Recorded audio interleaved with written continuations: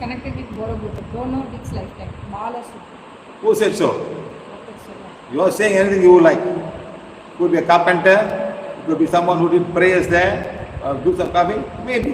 At the moment, you are not one of them. Everybody is saying, I am Shiva was past life.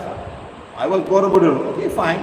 Why don't you say, I was in Borobudur, I was connected with Borobudur in this lifetime. Start saying that.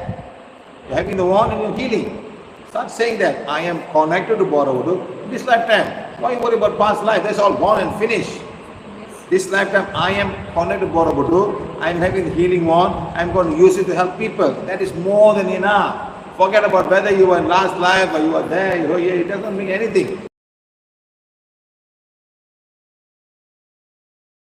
একজনের থেকে প্রশ্ন এসেছিল যে আমি বড়বুদুরের সঙ্গে যুক্ত ছিলাম, জানি না কোন জন্মে তা হয়েছিল।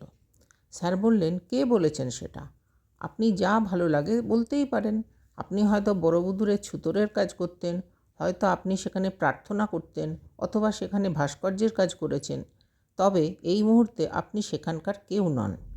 সবাই এরকম বলেন যে আমি অতীত জন্মে শিব ছিলাম, আমি বড়বুদুর। খুব ভালো কথা। আপনি কেন বলছেন না আমি এই জন্মে বড়বুদুরের সঙ্গে সংযুক্ত হয়ে গেছি? এটি বলতে শুরু করুন। আপনি হিলিং ওয়ান্ড পেয়ে গেছেন, হিলিং করা শুরু করুন।